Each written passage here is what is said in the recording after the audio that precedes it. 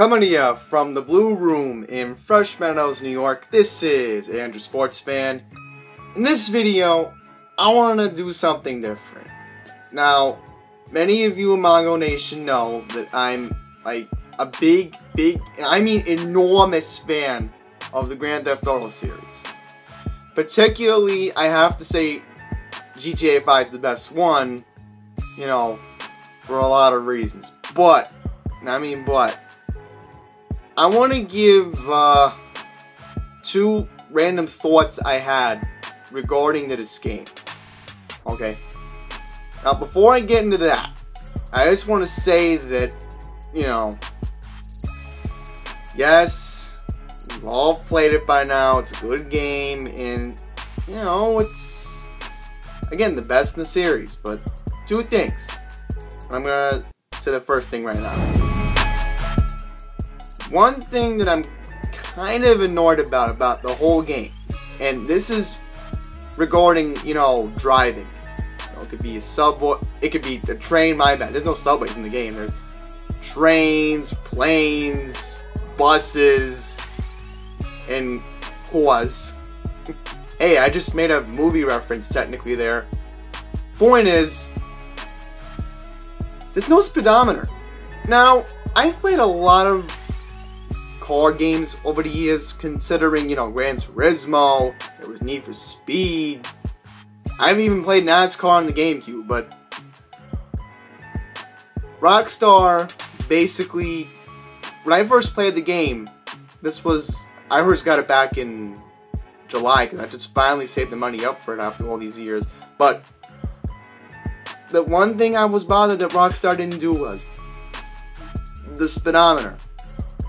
When I go on a car chase in the game, particularly down one of those West Coast highways that they try to emulate, I have to hear the police scanner say, "Vehicle's going 70 miles an hour."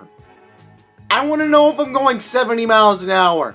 I don't need to, you know, buy a PC mod of the game just to do it like that. I want it prepaid. I paid $40 for the game. Don't do that to me, Rockstar. Eesh. Alright, the second point I want to make.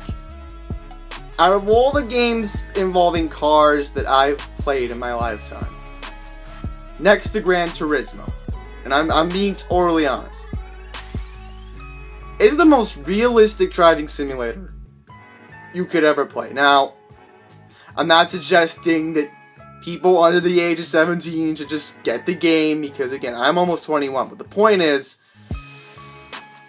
I don't know, it just feels like I'm driving a real car. Okay, now, I don't have a driver's license, and again, that's a benefit here in New York City because I rely on the buses and subways, but it just feels like I'm actually driving a real car.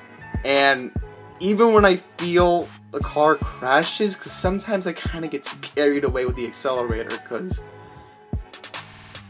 the thing is, on the Xbox 360, and hopefully I'll get an Xbox One next year in 2016, is when you're hitting the RT button, okay, you gotta be careful on hitting that button, because it feels like you're trying to hold the emergency brake and the gas at the same time in a car. Now, even I know that is logically possible, because I've seen, I go to a lot of car meets in the summer, especially classic car meets.